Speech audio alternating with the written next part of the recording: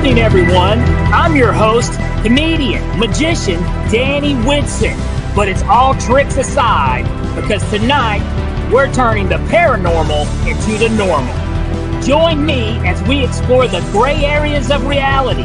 We're going to talk all things paranormal, UFOs, ghosts, cryptids, and aliens, and see how it's all connected.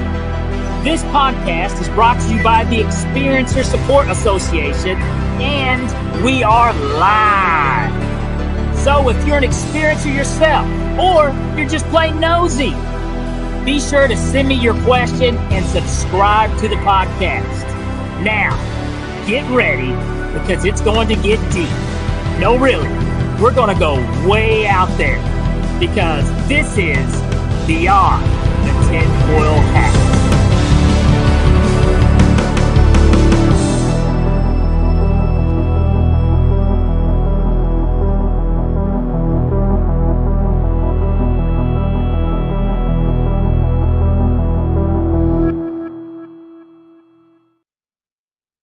What's happening, paranormal junkies? Welcome to Beyond the Tinfoil Hat, and I'm your host, Danny Whitson. Guys, we got a fantastic show lined up for you tonight, so get your questions ready. But first, we are broadcasting live from the E-United Public Radio Network and the UFO Paranormal Radio Network on 105.3 FM on the Gulf Coast and 107.7 in New Orleans. All right, well, we've got a lot of exciting things we want to touch base on really, really quick. But before we do, I got to bring up my man, Mr. Behind the Scenes, too nice to be mean, Mr. Chris Green. Come on up here, Chris. Hey, buddy. How's it going? Here he is. Ta-da-da!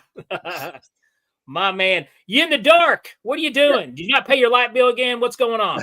No, I'm at the girlfriend's today. At the girlfriend. So you didn't pay the girlfriend's light bill. Okay. Pretty much, yeah. There we go. So what's happening, man? How you doing? Not much. Lots of snow. Busy week. Lots of snow. Busy week. We're supposed to get lots more, couple feet. Oh my feet! That is insane. That's insane to me. We're supposed to get another storm. We were snowed in pretty good the other day, and now more snow. I want to go to your place and not have snow. Well, we've got rain though. We've got rain. I don't care. Rain's fine. Rain doesn't stay. Rain goes away. Awesome. Well, I tell you, you'll tough it out, man. I believe you can make it. How many feet of snow though? How many feet of snow you got right now? Okay, so I'm 4 foot tall. 4 foot something. Okay. And it's past my I think we have 3 feet. Gosh, it's almost snow to Chris Green, folks. That's insane. Exactly. Awesome. All right, man. Well, here, let's do this. Mr. Did Ryan bring your attention to this article that he got in? Well, he got interviewed. No, yeah, I heard that he got interviewed, but he didn't show me the article. Interesting topic. Our very own Ryan Stacy, founder of TESA, was interviewed in the Superstitious Times. And it looks like it has something to do with the Nova Scotia UAP report by Canada, and has investigators buzzing. Ooh. So it looks like Ryan has got his claws into that story. Looks like multiple aircraft reported witnessing unusual aerial activity, strange lights in the night sky about 60 kilometers off the coast of Canso, Nova Scotia. So this article, more of it, it's very interesting. It covers, just some, stuff that looks like they tried to write off as weather balloons like they always do. Come to find out that didn't really hold up. So, but head on over to theexperiencersupport.org and read this article. Read this little interview that they interviewed our very own Brian Stacy on his investigation of this topic. Very interesting article. Be sure to check it out. It looks like it's pretty. I read it earlier today, so it's interesting, kind of where it's opening the doors to some other things. Maybe some truth will pop out there for you guys in Canada. Something really exciting that's going on here in the States today. This was kind of like a bombshell for us folk. Is the House Oversight Committee has created a bipartisan. Thank God it's bipartisan, because we don't want politics with our aliens. task force on the declassification of federal secrets, including the John F. Kennedy assassinations, UFOs, the Epstein list, the 9/11 files, and the COVID-19 origins. Okay. The task Really? force is led by Representative Luna, who is fantastic on this topic. She's been a big force on pushing, disclosure and declassification. But she made her announcement today. You guys can go check that out on YouTube. What she says, she made her, announcement on this new task force, and hopefully this will be a task force that works for the people and not for the government. Hopefully we'll get some actual real answers. That would be awesome. So, but that's a broad topic, and they're supposed to be creating, protection for whistleblowers and a lot of these things. So let's hope that takes place. That's a big deal. Yes. And they're going to have live hearings on these things too. So really, really big deal. Looking forward to that, man. Really, really am. All right. Well, I'll tell you what, you, sir, Chris, we're ready to put you back behind the scenes. Get out there, make some snow angels or snow aliens, whatever you want to do there. Go have fun. Enjoy your Chris Green, ladies and gentlemen. Bye. Bye, Chris. All right. Well, guys, I tell you what, get your questions ready because tonight's guest, he's a very interesting dude. Let's see.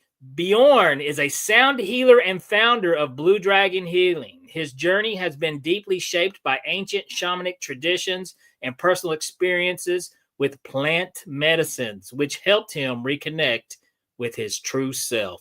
I tell you what, guys, let's get a big warm welcome for tonight's guest, Bjorn Lestrud. Hello. How you doing, Bjorn? Thanks for coming on to the podcast. Great to be here. I tell you what, if you don't mind, do you care maybe to introduce yourself a little better than what I did? Sure.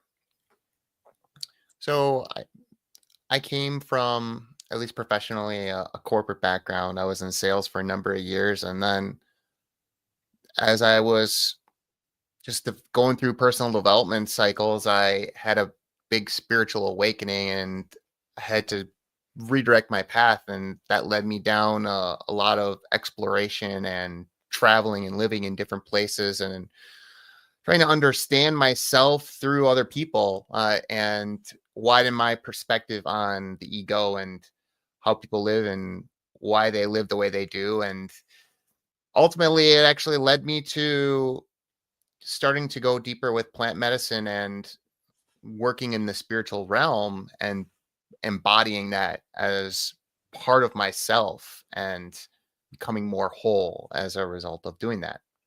So I like to approach everything with as much lightness as I can and humor and joy, and just try not to get it too attached to any one way of thinking about something. Dude, I think that's fantastic advice. Really, I do. It's I try, believe it or not, I have an outlook a little similar to that, myself. It's just took me 47 years to figure it out. Yeah. That's what I tell people. I'm like, like a lot of people who are busy doing backstrokes in the corporate Kool-Aid, and they think all this mess is real. It's all, we all made this crap up, folks. Money, job title. That's all. We just made it up. So it's there's bigger things out there, more important things out there. So what kind of also, so what do you do now? I mean, as far as, do you teach these things? What are you doing? Well, a few things. I do like a sound healing work. And so I'm a teacher on Insight Timer. I do weekly live events there where I do more of a shamanic journey type of thing where I'm using my voice and channeling songs and playing my drum and using tuning forks and different things. Well, I'll tell you, that's interesting because let me back to, what exactly is that? Explain this. What is sound healing? What is that? Well, the best way I could explain that is you think about what is light and what is spirit, and how do we perceive things as humans. And when we consider that our bodies and our eyes and our ears are really only able to understand or pick up a very limited range of what's actually out there. True. And so sound and light are essentially the same thing, just different frequencies. So it's when we use sound in a certain way, it's a way of bringing light to the body in a way that the body can understand it and work with it. So a lot of the healing process for people is, uh, especially when you start getting into deeper healing, is like traumas get partly stored in the body. And so with good healthy frequencies and rhythms, we can help the body digest and process those stuck energies to release that charge and just have more joy. Gotcha. Now, what are some? Now, you started to mention, I guess, some examples of sound healing. What would that be? What would? The most common sound healing that people are familiar with would be like singing bowls. Have you ever seen those bowls, like either crystal ones or Tibetan ones, where they have? Oh yeah. I have one here I can bring out and show, but basically they have a stick and they're going around the outside of the bowl, and the bowl makes a sound. Then there's tuning forks. People use sometimes. You like if you have a puck like I do, you can strike the fork against the puck, and then the fork makes a noise. So the forks I have are all different part. They're known as solfeggio frequencies. And am I an expert on solfeggio? No, I'm not. But I use them as part of my work. But my primary instrument is actually my voice. And as far as sound healing goes, it's not as much of a universally recognizable form of sound healing for a person to use their voice to do it, even though we all listen to music and actually people's voices can be very healing. We just don't necessarily realize it in that way. That is kind of interesting, because it's like you will hear your favorite musician, your favorite singer, and whatever mood that you were in prior to that, it can change your whole mood. Yeah. And it's vice versa. There's things you can hear stuff and you're like, man, now I'm sad, or now I'm happy. It's interesting how it does control your emotions. It does. And as I've gone through my own healing journey and released more and more things, I find that the same piece of art or the same piece of music might have a different effect on me today than it did, for example, 2 years ago. It's totally different. If I have, like, for example, less sadness stuck in my body, a song that has a very sad tone might just be less resonant for me, and I may actually enjoy it less too. That's true. That's true. I never thought about that. I never actually really thought about that, but that's true.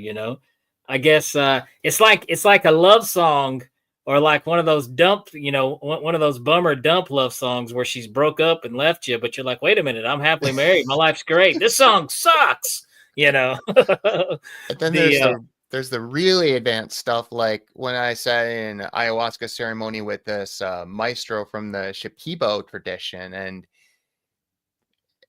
I don't know how much you know about ayahuasca, but my experience. Well, I know I've never had it, but I know what it does, and it seems like it would be a pretty cool thing to try. Did you go there and try it, or was this something? I want to hear about this. I want to hear about the ayahuasca. I was in Mexico, right, in Tulum, living for about a year and a half, and while it's not the jungle, there is jungle there. Well, it's not like Peru or anything. There was some connections there, so a lot of shamans and maestros from the Amazon were coming up there and doing ceremonies, and so I got to sit in some ceremonies with a few different traditions, including the Hunikun, the Yawanawa, and the Shipibo. Those were the three primary. The Shipibo was the one that I got the largest dose of by far. And So like with the Hunikun and the Yawanawa, their style is much more structured and traditional in a certain sense, where they have the maestro serve the medicine to everyone, and you're all in the room, and they have like their medicine songs that they always lean back to. So a lot of their, very specific chants, very specific songs that they'll kind of go through in the ceremony. Whereas with the Shipibo, everything's done in darkness, first of all. The maestro who's running the show, the ayahuasquero, the one serving the ayahuasca, they are channeling the whole thing. So let me ask you, Bjorn. So, okay, one, you didn't like when you said it's all done in the dark, you did like dark room, pitch black room. Is that what you're talking about? Now, Mostly, what was your first time experience with this? Was it the dark room or the No. other guy? The other, that was just who happened to be in town at the time when I was ready to try ayahuasca, was the Hunikun.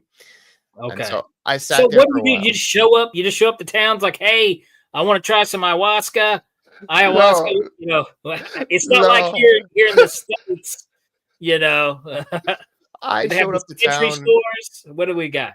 All I knew about Tulum a little bit was that it had a spiritual vibe, and it was in peak COVID time. And to be honest, what I was looking for was a safe haven where I could move about freely and not be judged so much for what choices I was making. And so that was actually one of the places that had a reputation for being as such.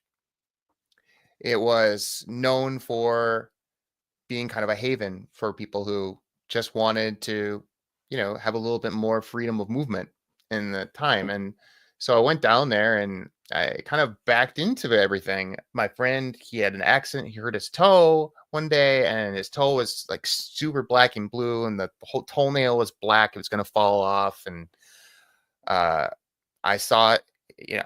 It was like to the point where anyone who saw his toe felt the need to tell him that, your toenail is going to fall off, right? And so I had just seen him, and a couple of days later, I see him, and he's like, "Look at my toe," and it's normal. Like, there's no discoloration. It's like nothing ever happened. Just healed right up. Yeah. So I asked him, like, how'd this happen? And he told me he had gone to this energy healing ceremony called the Light Portal, and that was the result. And so I decided to try going to the Light Portal, which was like a group ceremony that included a whole bunch of different backgrounds, traditions, and modalities in one environment. There were about 20 people, and we had us all line up in a room in a circle around the room. And it had us doing like these different like biodynamic breath work where you're moving and doing open mouth breathing at the same time. And then they had us all laying on our backs. And they had people coming around. There were maybe 4 or 5 facilitators. They were coming around like pushing and prodding in different places, like doing like physical hands-on energy work, like digging into the fascia and stuff. So was this before you actually took the actual ayahuasca? Yeah, or? This was my initiation into the world of energy healing, though I didn't realize this was at the time. And this woman came around, one of the facilitators. Her name is Ina, and she was this tiny little thing. But when she sticks her fingers into you, it hurts like absolute hell. And she's from this like long lineage of Muslim healers, her family, and she was raised as a child even to learn how to do that type of work. And so her aunt, I believe, has done that her whole life. And so she started working on me, and I wanted to scream. It hurt so bad. But the next thing I know, she's gone, and I start laughing uncontrollably. And I realized, wow, something just happened. I don't know what, but I want to find out a little more about what's occurring. 'Cause I couldn't stop laughing, and then other people heard me laughing. We were all several of us were laughing. So I set up a private session with that woman Ina and her partner Jose, they were both facilitators there, and they came to my apartment, we basically put a bed down on the floor, had me lay on the mattress, and Ina worked on me for like an hour and a half. Imagine the pain. Physical pain was excruciating. And then the three of us sat there, and she started talking to me about what she had observed in my energy when she worked on me. Up until this point, I had no real beliefs or ideas about spirit guides, ancestral healing, ancestral energies, any of it. I was an open slate. So she's saying, well, on your mother's side, the left side, I saw this, fear and sadness. On the father's side, it was this fear and this anger. And I saw this spirit guide that was a jaguar, and I saw this other spirit guide that was a Native American shaman. And so after we talked, the final part of the experience was that for her partner Jose to serve me a medicine called hape, which is known in circles as shamanic snuff. So you take it in the nose. In a ceremony, you have a device that's called like a tepe. So one person has it in their nose, and the other person is blowing it into their nose. So you take one nostril at a time. And Wow. it's we psychoactive. do that in the comedy club backrooms back in the day. No, I'm just kidding. It's actually a lot of fun. It sounds funner than what we did. No.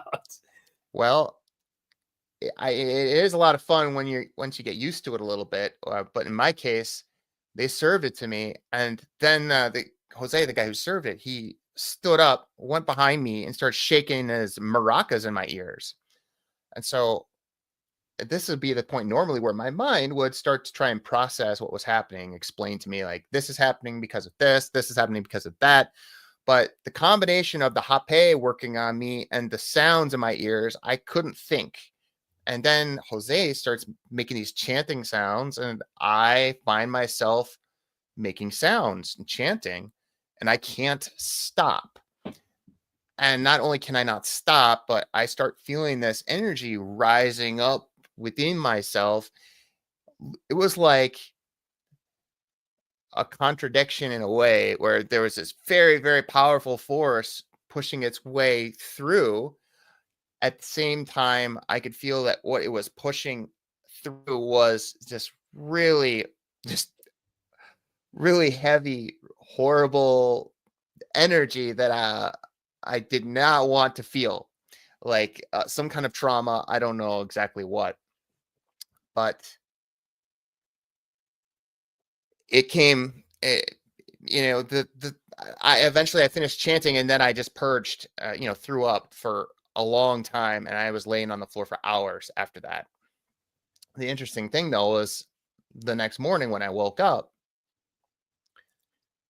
I found that all this stiffness and arthritis I had been dealing with in my knees for the past 2 years was just gone. And I mean, my knees were getting bad to the point where if I sat down for more than a few minutes, I had to straighten my legs out to relieve the stiffness that was setting into my knees.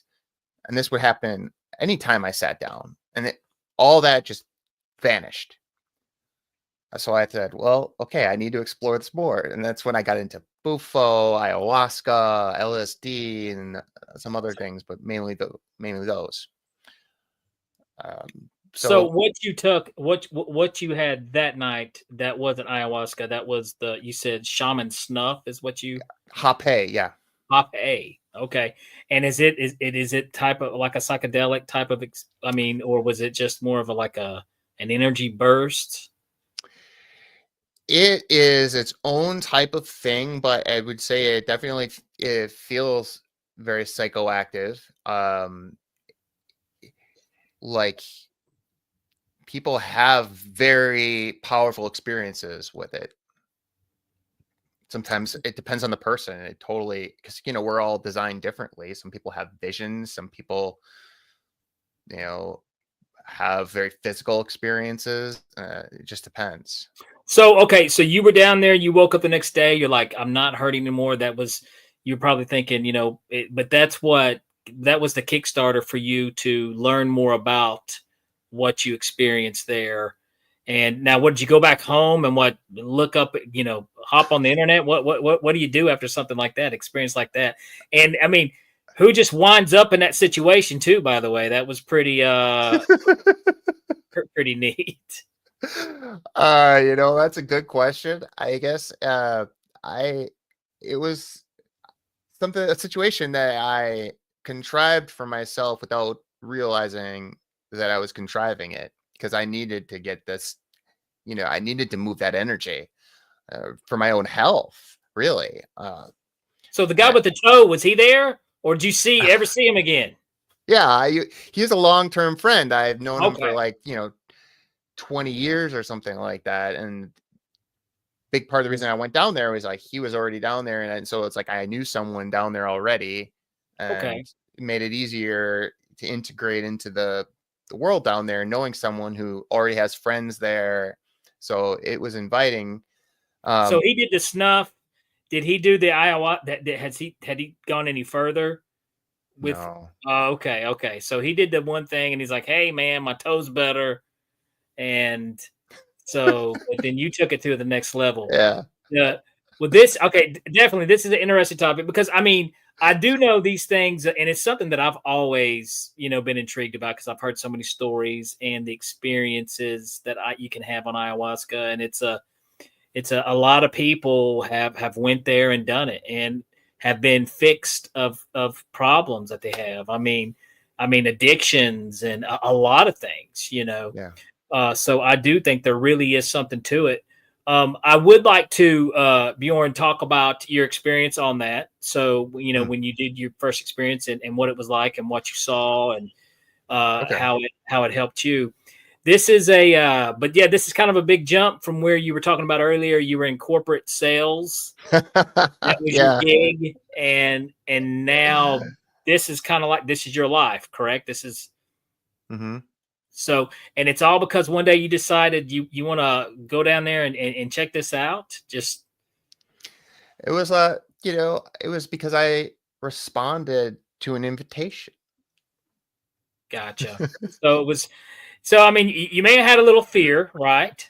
There had to be a little fear, because there's always, what does it say that you never grow in your comfort zone?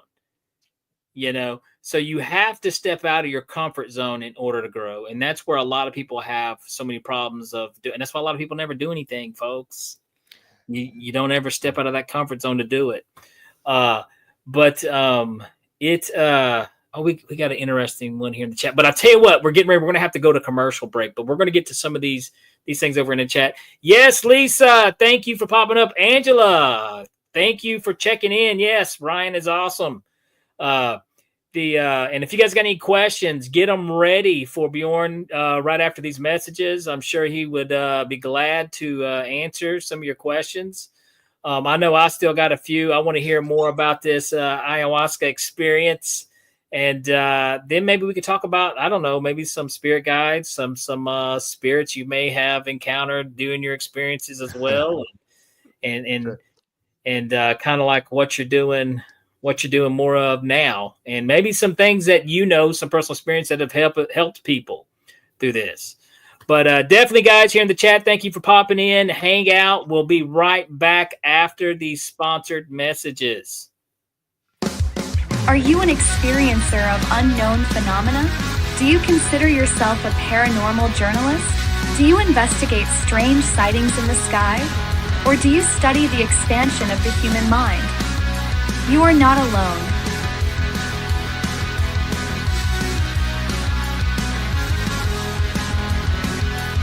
Welcome to TESA, a one-stop shop that offers multiple services to experiencers.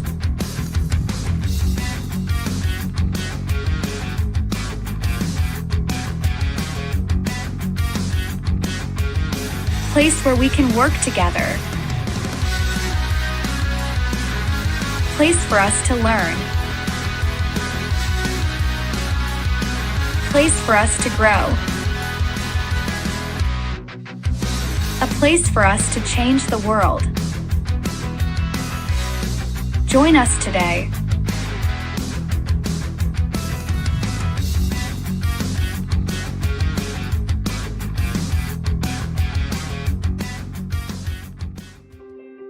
Have you ever wondered, or maybe just thought to yourself, if there were others just like you? You know, people with extraordinary abilities, psychogenic advancement, and perhaps unique intuitions. Maybe you just wondered if there were other people who experienced unimaginable, unexplained, or even unusual and paranormal events. Are there people who have more questions, more fears than answers? Well, you're not alone. You've never been alone. We believe you. Sign up for EA today.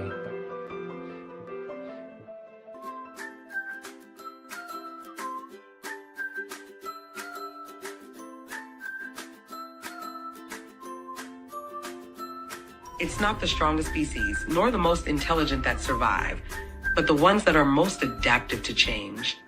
Join us for Beyond the Tinfoil Hat, live on YouTube, Facebook, and wherever you get your podcasts.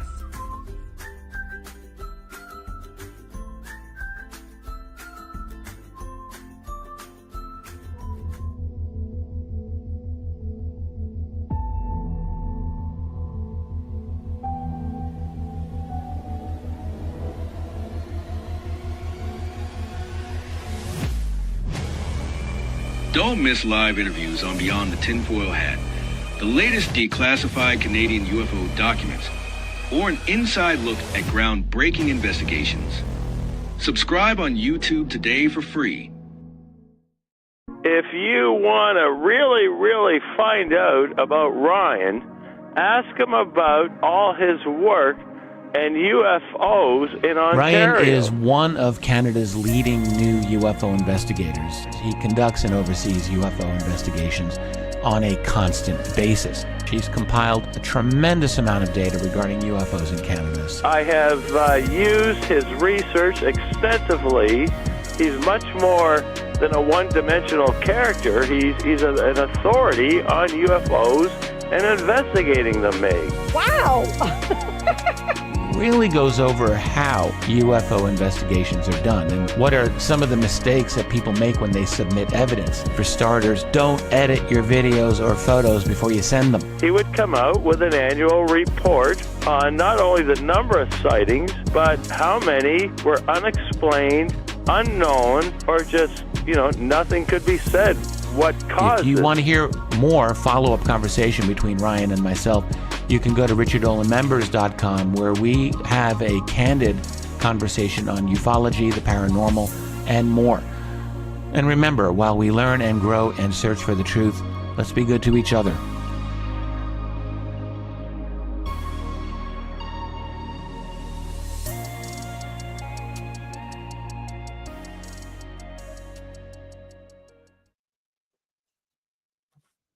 All right, guys, if you're just now tuning in, we've been talking to Bjorn Lestrud.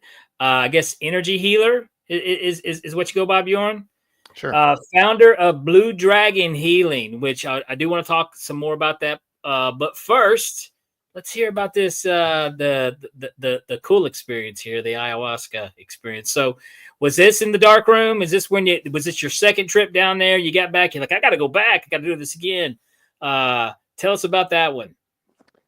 I lived there for about 1.5 years. So it was all one long extended experience. So okay, you did the stuff. Did you go back home and you're like, hey, I'm out of here, or you just stayed? I didn't go back home and say I'm out of here, but I did say at the time, I'm never doing this hape again. Of course, that turned out not to be true at all, but that's funny. Yeah, I started to explore different modalities, and my first ayahuasca experience was with the Hunikun, and I was scared, going in there, and it was a lively environment because this was a really popular shaman. A lot of people wanted to sit with them, and I was going there on the last weekend they were in town. Didn't really know what to expect at all. Never never did it before. So he served the medicine, and people would come up one at a time with their cup, and you sit down in front of them, the shaman, and Ikakuru was his name, Jana Ikakuru. And you could, he's even on Spotify, his music is, he would pour the medicine in your cup, you drink it in front of him, and go back to your seat. So he gave us all the medicine. We were sitting there, and he starts doing his chanting, and his daughter was there, and she was chanting with him, and they were doing their traditional chants. I don't know how long this went on. It must have been a couple of hours, and I was sitting there thinking, my back is sore. I don't really feel any different. I don't know about this. Maybe this just isn't going to be it for me, Maybe this isn't the right medicine for me. A couple of hours. Wow. So they serve a second round. Yeah, well, it was an all-night thing. So okay. They served a second round of medicine. I thought, well, I might as well take the second round. I didn't feel much from the first. So I take the second round because it was optional. And they continue doing their chants, and then they start doing a little bit of other type of music. I start feeling a little more relaxed. I think, you know what, this is okay. I feel pretty good. I got a nice little buzz going. Like, this is all right. I'll call it. I'll chalk it up to being a positive experience. And I thought to myself, I think I'd like to go outside and sit by the fire. There was a fire out back, and there was a fire keeper kind of keeping watch over the fire. So I get up, and I grab my little purge bucket, because they handed out little buckets to everyone at the beginning in case you couldn't make it outside. If you had to, vomit, then you had a bucket to go in. Now, were there people getting nauseated, stuff like that? Oh, yeah. Many people. Okay. Purging is a very common thing in an ayahuasca ceremony. Very common. So, even though I was going outside, I was just nervous. Like, what if I just suddenly purged, like, while I was walking out there, and it couldn't stop? So I grabbed the bucket. Anyway, I walk outside, and I see Jose out there, the guy who served me hape in that private session. He was standing out there by the fire. He looks at me, looks down, and sees the bucket I'm holding, looks at me again, and he says, "Put that down. You don't need that." Of course, at the time, I interpreted that like, "Oh, you're beyond purging right now. If you were going to purge, it would have happened already, so you don't need this bucket." What he really meant, of course, was, "You're already outside. Why would you need a bucket to purge in when you could just go into nature?" But I interpreted it the way I interpreted it. So I put the bucket down. He went inside, and I'm out there by myself. I start dancing by the fire. Now I'm starting to feel really good. And then I start gazing at the fire. For some reason, it was attracting my attention. And then it was like, wham, like my heart just sort of blasted open. And I was just completely filled with euphoria to the point where I just dropped to the ground. Literally dropped to the ground. Just something about the fire and the connection with the fire. I was just absolutely in love, feeling that, in the process of love, like the energy of it. And I just laid there next to the fire, just gazing at the fire like it was my lover, and started laughing. Next thing I know, I hear another voice laughing on the other side of the fire, and I realized that I thought I had been alone out there the whole time, but I wasn't. That there was actually another person out there. And so we were both laughing, some cosmic joke that neither of us could explain, but we both understood. And this laughter went on for a while, and then I went back in after a while, and they served hape as part of the ceremony. Through the nose thing? Okay. But that went fine. It was like almost nothing for me at this time. And yeah, that was kind of my first forays. People were calling me the laughing Buddha after that ceremony because I couldn't stop laughing, and they said it was like I was everywhere in the room where the laughter was coming. So, so how long does it last? How long did it last? Well, that's an interesting thing too. That time, I could feel something the next day, but not that much. But then later, I on a really powerful ayahuasca experience another time, I was getting hit with waves of the medicine all the way up until the following evening. And they say that ayahuasca stays and continues to work with you for, month, 2 months, 3 months, even after you've actually drank the medicine. So, okay, and now this is what kind of did this open you up to? Because like you being a spirit guide and stuff like this. So, did this open you up to channeling spirits, talking to, communicating, stuff like that? Well, not this one experience. So I did Bufo medicine which is like, if you've heard the toad thing that they use something that's like secretion from a toad. Anyways, you can smoke it, and Like licking a toad's back or something.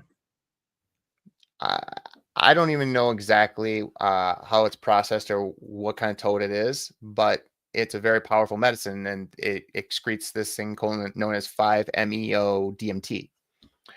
And Looks like DMT. Yeah, so I did that in a private session before the Shipibo ayahuasca guy came to town. So this was after my first ayahuasca experience that I just told you about. A little bit, month or two later, I did Bufo. And so they had me sit up, and inhale. And then they said, once you're done inhaling, throw your arms up and just kind of fall back onto the mattress. So I did. And as I was laying on the mattress in a state of absolute bliss, I started feeling this really strong sensation in the middle of my forehead, like someone digging their fingernails into my head. And then the next thing I know, I just see this explosion of blue light everywhere. And then this song just comes through me. And I'm laying there in this totally blissed out trance state. And I'm singing a song of a language I don't know. I don't know. And you're singing in a different language. Not only a different language, but my voice suddenly opened to much higher and much lower frequencies than I'd ever been able to come close. So do you think this was like the opening of like the chakra, the gland inside your brain? Do you think this is what this did to you? Kind of. Definitely in part. It was like an opening of the throat and this as well. It wasn't that much of a visual experience other than the blue light that I saw, but the sounds that were coming through were, I mean, I couldn't believe it. And so a few days later, I sat in my first Shipibo ayahuasca ceremony. And during that ceremony, it's the one where everything's in the dark. At one point, I saw a parade of spirit entities moving across the room, like in just exquisite detail, moving across the room almost like a parade. And so at the time, I thought, well, it must be that the guy the ayahuasquero who is running the show, he must be channeling these spirits into the room. I didn't realize at the time that they were actually my spirit guides it was just a private show for me. They were kind of just introducing themselves, you could say, to me and showing off a little bit too. Was there a sense of like familiarity with? I mean, you were like, it wasn't. You didn't fear these things when you saw them, correct? It was right, because, and so they introduced me and initiated me step by step by step. I did 12 ceremonies with this shaman when he was in town. And each ceremony, they showed me a little bit more and went a little bit deeper. And they kind of showed me how they were as much a part of my energy, my being and my sense of self as I was. That they were literally running, currents of energy running through me. Like the first show, when I saw that line of spirits, there was a dragon that appeared, a green dragon. And I caught its eye and it saw me, I saw it. And I thought, well, we're looking at each other. What's going on? This is breaking the ranks of, what these guys just going by. And then it flew right at me, crashed into my shoulder. And then I realized that, I feel kind of like, I realized that it was part of me. And then the next ceremony, 3 dragons flew at me. Then, after a few ceremonies, I'm seeing hundreds of dragons around the room, everywhere, all over the place. But maybe it was the 3rd or 4th ceremony where I met my primary guardian dragon. It's a blue dragon. And this dragon appeared in visceral detail in front of me when I went out to just get a breath of fresh air. And what I saw and felt is that it blew some kind of smoke at me, some kind of dragon smoke. And I didn't know what that was for at the time until later. Because we were like in the middle of the jungle pretty much, right? So mosquitoes are thick as thieves. They're everywhere all the time. But after that experience, they just left me alone. I mean, I might have gotten 2 bites in the next year living down there, where I was getting them regularly up until that point. And it's not like it was the ayahuasca, because I knew plenty of people that did ayahuasca and they were bit all the time too. So the only thing I could chalk it up to was there was something to do with that encounter where they just left me alone. Wow. So, okay, that's pretty intense. Now, you said you were like on your 12th one. So, I mean, at this time, Bjorn, you're like a regular, right? I mean, 12 times, that's a lot. But you said like you saw the dragons and you saw the blue dragon, which I'm guessing that was also the inspiration for blue dragon healing. So yeah, after doing these, okay, did you walk away? Did you notice, trauma, stuff like this is gone in your life? Did you notice that it changed you in a certain way?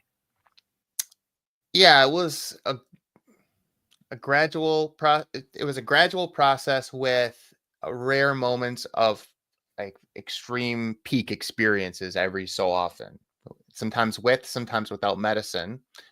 And it's like a continuous process of integration. So going out of these ceremonies, it was definitely super wonderful, but yet I was very ungrounded.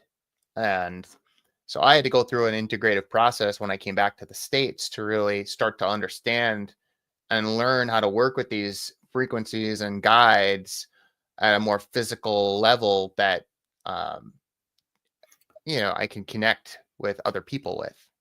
So, okay, now, do you think it's possible maybe through these type of rituals and stuff? I mean, did anybody ever see like any past loved ones, any paranormal maybe experiences, do you think? Or do you know of any experiences, people who may have had that?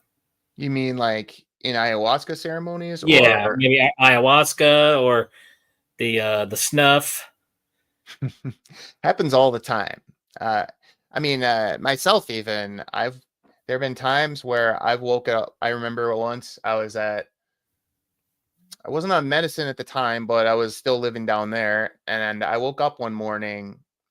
I decided to sleep on the roof on this sort of massage table because I wanted to be outdoors. And I woke up in the middle of the night and I saw there were 2 beings hovered over me. One of them looked almost like human, but it had on this almost like a Dick Tracy type of hat. And the other one was like a million different colors, like all kind of like moving and shining at once. And it was, they were both just kind of like staring at me. Now, was this during right after a ceremony or something, or were you just? No, it started happening to me more and more where when I would go to sleep and I'd wake up, whatever I was experiencing, what I interpreted it as a dream, there would be a being that would actually be in the room with me when I would come out of that, and they would hover in the room for, I don't know, 5-6 seconds, and I would see them in great detail before they would disappear. And I started learning about how they would basically, these beings were kind of working with me in my sleep, teaching me things and essentially helping me heal and go through my process. That is crazy, but that is cool. I'll tell you, let's do this real quick. Chris, get my man, get oldest youngin in the guidepost. He's got a comment here. Pop this up here. Let's read this. Oldest youngin in the guidepost. Sounds like oldest youngin. I love it. DMT is the best thing I've experienced. It's not a drug that gives you a high, but a place that you can go to and have an experience. You'll always come back with something to think about. And that's exactly what you did, Bjorn. It seems like it really got you thinking. Now, we are running a little tight on time here, but we have spent a lot of time talking about this experience because I just think it's super cool and super interesting thing. But you do use this now to help people, heal, get through traumas and whatnot, correct? Yeah. So the trick is that a lot of people, they want to meditate. They want to access healing state, but the mind, it can be very difficult for a lot of people to learn how to do that and to train themselves to go into like a theta brainwave state. And so I'm using sound in a way that you don't need to be an experienced meditator to be able to benefit from it. It's communicating with the body. And eventually, if you listen to it long enough, it'll just steal the mind away and you'll just drop in to that relaxed state and allow the energy to move where it needs to. So if somebody was wanting to check out the Blue Dragon Healing, what's the process? And kind of, do you do like long Zoom stuff, long distance? How do you handle something like that, a session like that? Yeah, most of the work I do right now is remote because it's the quantum field, so it's everywhere all the time. So I do private sessions over like Zoom or Google Meet all the time, but I also do group work, and I have some free things that people can listen to if they want to experience it and determine whether they actually want to try something a little bit more intense like that. So I do these free events every Saturday on Insight Timer. I have some free downloads on my website in the resources section, and I have a podcast, the Blue Dragon Healing Podcast. You can get a little bit of a sense of where I'm coming from and that sort of thing. Cool thing is now, if somebody wanted to try ayahuasca, could you set something up for them to go find a mattress in the jungle like you did? Possibly. I know people who do that. It's just something that asking for a friend, Bjorn. Asking, not me, just asking for a buddy of mine. I know some people that can do a pretty cool work if they're around. Okay, sounds cool. So, and what was the name of the podcast? What was the name of the podcast? You said Blue Dragon Healing Podcast? Yeah, it's the same as my website. Yeah, Blue Dragon Healing. Okay, all right, good deal. And they can get the information, find out how to get in touch with you there. And where did you say you do live sessions at? I just do them through Zoom or Google Meet. And so people can book those through my website and just go right there. Now, like, as far as like some examples, like I've always heard, like, there's been people who are alcoholics and have went and done this, and it's cured them of addictions and stuff like that. Have you had any, I guess clients or students or whatever that you've seen these kind of success? What happens, a lot of people that come to me are dealing with really heavy emotions, and nothing else really seemed to give them the clarity that they want, and they need something different. And so I provide them a different approach to clearing that so that their natural creativity can come through and shine through more cleanly, and whatever form that takes. But it's basically bringing out their primal expression and getting more in touch with deeper instincts and ancestral support and all of that. Awesome. Okay, that sounds great. Well, I'll tell you what, Bjorn, this has been a very interesting episode. Like I said, I think I love hearing about this experience because I think there really is something magical to it. And you guys hear it. Be sure to check out Bjorn's podcast, Blue Dragon Healing, and his website, and get in touch with him if you would like to, get that trauma in check. I guess that would be a good way to put it. But I tell you what, Bjorn, thank you so much for coming on Beyond the Tinfoil Hat, man. This has been a great episode. I appreciate you. Appreciate you having me. It was a lot of fun. Thank you. All right, guys. Thank you so much for hanging out. Lisa, and I believe we had somebody new here. Who was it? We had Lisa. We've got the oldest youngin in the guide post. So good to see you too. And Angela, yes, thank you guys so much for popping in, hanging out tonight with your cool questions and comments. Guys, if you have not done so, head over to theexperiencersupport.org. Check out the new article, the interview where Ryan Stacy was interviewed about the UAP phenomenon going there in Canada. Be sure to check that out. If you guys have not done so, head over to Patreon at Heed the World on Patreon and show us some love. And also, if you have not done so, be sure to like and subscribe and share the podcast with all your family and friends. Smash the like button. That's a big deal. And throw in a comment if you like Magic Boy's hair here. Hey, I could use one of those. Also, show me some love on Instagram at Super Magic Boy. On Instagram, I post where my upcoming shows are going to be. So you guys be sure to come out and check out a show. And also on Facebook at Danny Whitson Magic and Comedy. Show me some love there. That'd be great. Guys, next week we got a great guest coming up. He's a dear friend of mine. And this guy is a conspiracy theory guru. He knows his stuff. So if you like conspiracy theories, deep state talk, this will definitely be the episode. Mr. Ken Smith, you do not want to miss next week's episode. We'll be back at 7 p.m. on Tuesday. And let's see. Anything else I need to cover before I hop out of here? I believe we're almost done here. Oh, and here it is. Almost forgot. Like always, folks, we are broadcasting live from the E-United Public Radio Network and the UFO Paranormal Radio Network on 105.3 FM in the Gulf Coast and 107.7 FM in New Orleans. Paranormal Junkies, keep the normal paranormal. And I will see you guys next Tuesday. All right, that does it for this episode of Beyond the Tinfoil Hat. A big shout out for tonight's awesome guest, and a bigger shout out for everyone who tuned in. And if you haven't done so yet, be sure to subscribe to us on YouTube or wherever it is you listen to your podcasts. And like always, be sure to stay curious, heed the world, and keep the paranormal normal. I'm your host, Danny Whitson, and this has been Beyond the Tinfoil Hat.